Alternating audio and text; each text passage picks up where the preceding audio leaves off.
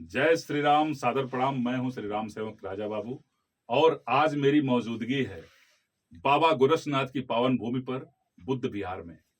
और आज का जो विषय है, आज का जो मुद्दा है, आधुनिक भारतीय राजनीति में ब्राह्मणों की भूमिका। ब्राह्मण अनादिकाल से ही त्याग और समर्पण की जो प्रतिमूर्ति रहा है। रामायण काल में जब श्री राम जी युद्ध जीत करके आए और माता कौशल्या ने श्री राम जी से पूछा कि इतने प्रतापी और इतने असुर राज रावण का तुमने वध कैसे किया राघव, तो राम जी कहते हैं कि गुरु वशिष्ठ कुल पूज्य हमारे, जिनकी कृपा धनुज रन मारे। गुरु वशिष्ठ, ब्रह्मर्षि दधीचि, आचार्य चाणक्य और अब तक। जी हाँ, आज हमारी सानिध्यता है अमित शाह यूथ ब्रिगेड के राष्ट्रीय अध्यक्ष डॉक्टर एसके शुक्ला जी के साथ। और आज का विषय मैं आपसे पूछना चाहता हूं। पहले तो मैं आपका डॉक्टर साहब बहुत बहुत स्वागत करता हूं। धन्यवाद आपका, सादर प्रणाम। और क्या कहना चाहते हैं ब्राह्मणों की भूमिका पर भारतीय राजनीति में? ये भारतीय राजनीति में ब्राह्मणों की भूमिका आज से नहीं है, सनातन काल से है। और ब्राह्मणों ने हमेशा भारतीय समाज को, भारतीय राजनीति को समय समय पे एक नई दिशा देने का कार्य किया है। आपने चाणक्य की बात किया, आपने तमाम महर्षियों की बात किया। इन्होंने सनातन धर्म को अपने साथ रखते हुए भारत की राजनीति को, भारत के समाज को एक नई दिशा समय समय पर हमेशा देने का कार्य किया। इसमें कोई दो राय नहीं है। भारत के महर्षियों ने, भारत के लोगों ने और भारत के जिन ऋषियों की बात आपने किया है, उन्होंने सनातन धर्म को साथ रखते हुए हमेशा से ही भारतीय राजनीति को, भारतीय समाज को समय समय पर नई दिशा देने का कार्य किया है, जिससे समाज का निरंतर समावेशी स्वभाव से हमेशा से ही उत्थान ही रहा है। जी हाँ, लेकिन आज जो है, आज की राजनीति में ब्राह्मण सामाजिक रूप से एक विवादों में घिरता हुआ नजर आ रहा है। जी हाँ, मुद्दा है आज के जो है समाचारों का, अगर हम जो है संज्ञान लें तो मुद्दा है श्री पंकज चौधरी जी, जो कि भारतीय जनता पार्टी के प्रदेश अध्यक्ष हैं। और आते ही वो प्रदेश अध्यक्ष बनते ही ब्राह्मणों पर विवादित जो है बयान, जो एक वायरल हुआ था, एक बैठक वायरल हुआ था, जो कि मैं विवादित नहीं कहूंगा, जो कि एक सहभोज था, उस पर आते ही उनकी एक टिप्पणी से ये पूरा जो है समुदाय जो है विवादों में गिर गया। इस पर मैं आपसे कुछ प्रश्न पूछना चाहता हूं डॉक्टर एसके शुक्ला जी कि अखिलेश यादव ने, जो कि एक पार्टी का जो नेतृत्व करते हैं, पंकज चौधरी जी के बयान को काफी गलत बताया है। क्या कहना चाहते हैं इस पर? अखिलेश यादव ब्राह्मण समाज को लेकर के अपनी नैतिकता खो चुके हैं। जिस पार्टी के राष्ट्रीय अध्यक्ष ने पूरे सवर्ण समाज को काटते हुए और अपनी पार्टी में अलग से पीडीए का नारा दिया, पिछड़ा, दलित और अल्पसंख्यक को मूल कोर वोटर बना करके और एक पार्टी के अंदर ये समावेशी भाव पैदा कर दिया कि हम केवल पीडीए के बल पर राजनीति करेंगे। पूरी सवर्ण समाज, पूरी सवर्ण बिरादरी को उन्होंने अलग करने का काम किया। तो अखिलेश यादव को तो नैतिकता ही नहीं है, उनके अंदर तो नैतिकता ही नहीं बची है कि वो ब्राह्मण समाज के ऊपर कोई टिप्पणी करें। ब्राह्मण समाज पूरी तरह से उनके झांसे में नहीं आने वाला है। अखिलेश यादव हुए, चाहे शिवपाल यादव हुए, चाहे समाजवादी पार्टी का कोई भी ब्राह्मण नेता हुआ जो पीडीए पोषित नेता है, समाजवादी पार्टी का कोई भी सदस्य पीडीए बनने के बाद ब्राह्मण समाज के ऊपर किसी भी तरह की टिप्पणी करने का अधिकार ही खो चुका है। जो बयान वायरल हो रहा है उसके बारे में आप क्या कहेंगे? श्री पंकज चौधरी जी का बयान वायरल हो रहा है कि कार्रवाई की आप बात कर रहे हैं, जबकि ऐसी कोई बात तो नहीं थी। आप कोई भी मतलब जो है समाज हो, समुदाय हो, वो स्वभोज करने का उसका अधिकार तो है।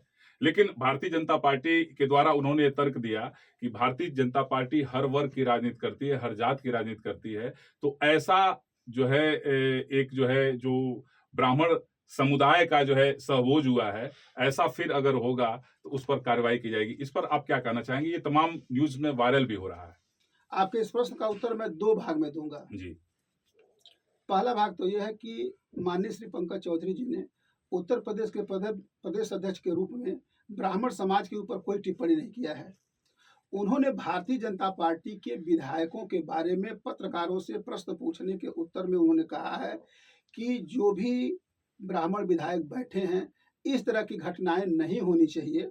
भारतीय जनता क्यों नहीं होनी चाहिए? जी भारतीय जनता पार्टी का जो विधायक है जी वह केवल और केवल ब्राह्मण का वोट लेकर के विधायक नहीं बनता है। बिल्कुल बिल्कुल जब उसको विधायक बनाने में समाज के सभी वर्गों के लोग उसको वोट करते हैं, तो पंकज चौधरी जी का यही कहना है, जिस उद्देश्य को पंकज जी दिल्ली से लखनऊ आए, उस उद्देश्य को कैसे चरितार्थ कर पाते, अपने काम को कैसे कर पाते? उन्होंने ब्राह्मण समाज को नहीं कहा है, भारतीय जनता पार्टी के विधायकों को कहा है कि इस तरह की बैठक करने की आप लोगों को कोई आवश्यकता नहीं है।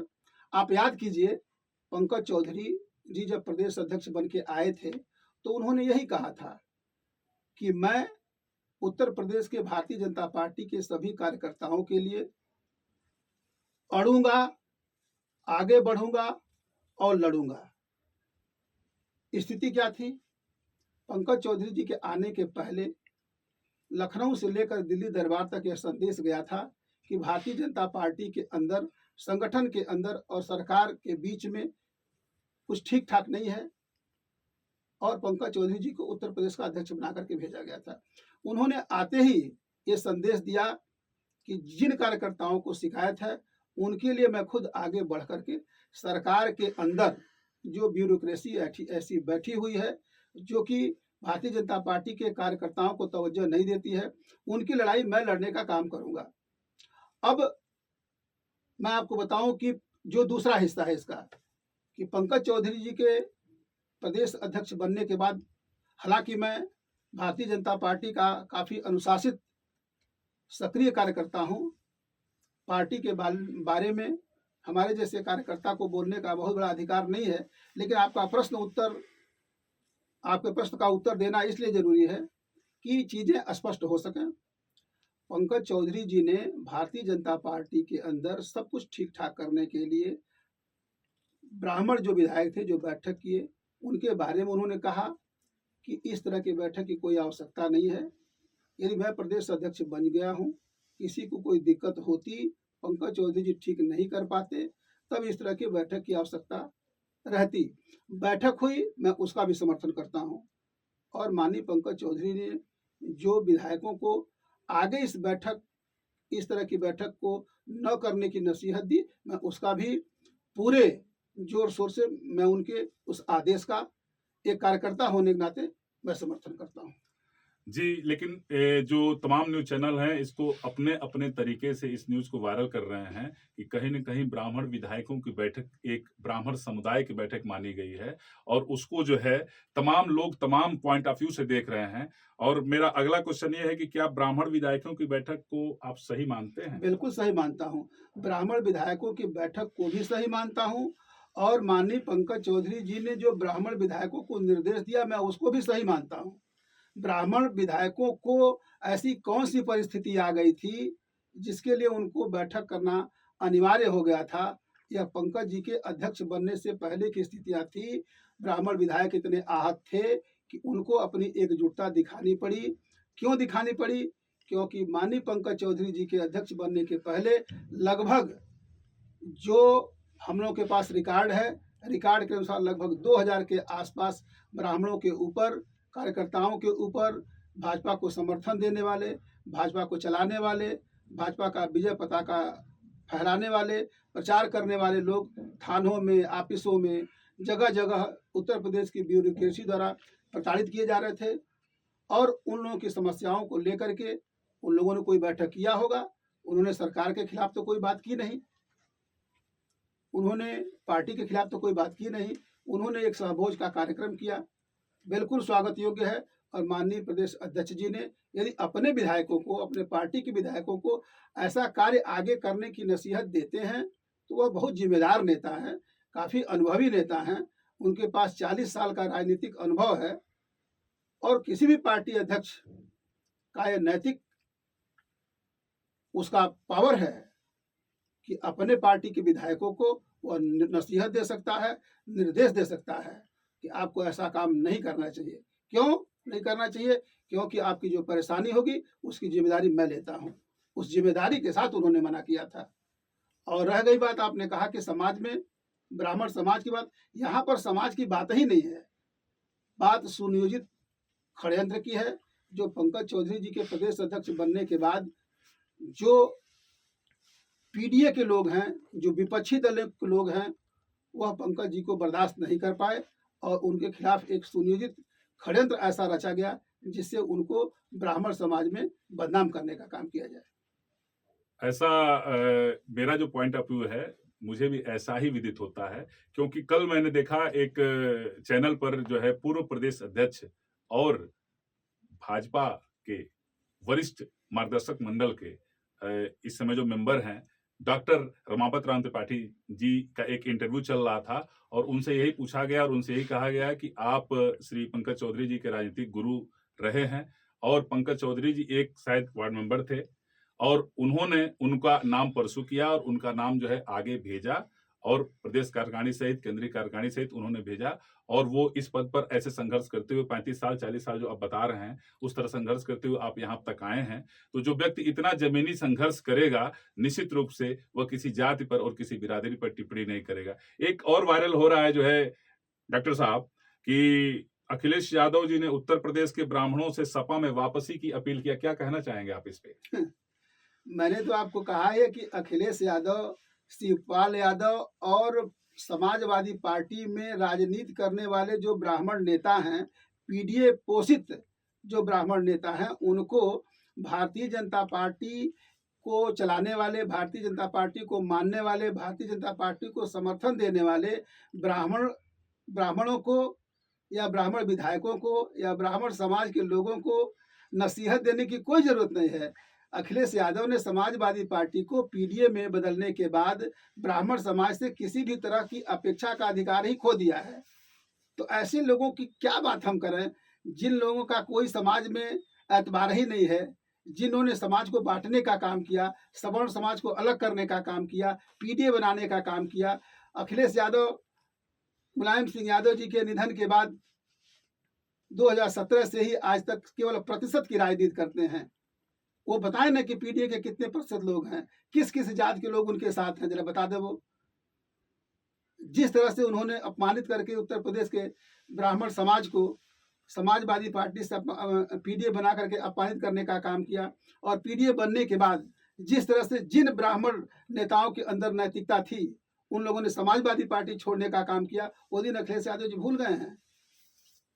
अखिलेश यादव के पास कोई नैतिकता नहीं है, वह नैतिकता खो चुके हैं और केवल ब्राह्मण समाज को कंफ्यूज करने के लिए वह तरह तरह का अनर्गल प्रलाप करते रहते हैं। इसका कोई मतलब नहीं। डॉक्टर साहब, मैं आपसे पूछना चाहता हूं कि आज श्री पंकज चौधरी जी आज शायद गोरखपुर आने वाले हैं और आ रहे हैं, तो क्या आप स्वागत करने के लिए वहां जा रहे हैं? माननीय पंकज चौधरी जी इस प्रदेश के जानदार, शानदार, ईमानदार अध्यक्ष हैं। गोरखपुर में कल 5 जनवरी को उनका अध्यक्ष बनने के बाद प्रथम आगमन हो रहा है।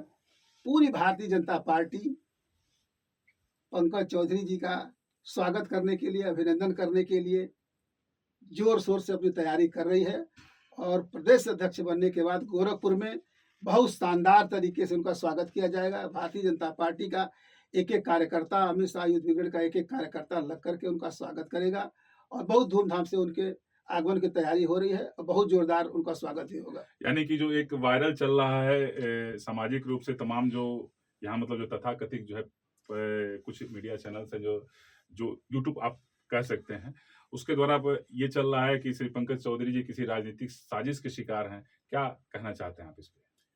अब देखिए, मैंने आपसे शुरू में ही कहा कि माननीय पंकज चौधरी जी जब प्रदेश अध्यक्ष बने थे उसी समय विपक्षी जो खेमा है, 2 तरह का विपक्षी खेमा है। एक तो समाजवादी पार्टी जो पीडीए है, उसमें एक ऐसा संदेश गया कि पंकज चौधरी जी के आने के बाद भारतीय जनता पार्टी पूरे दोगुने उत्साह के साथ अब आगे बढ़ेगी।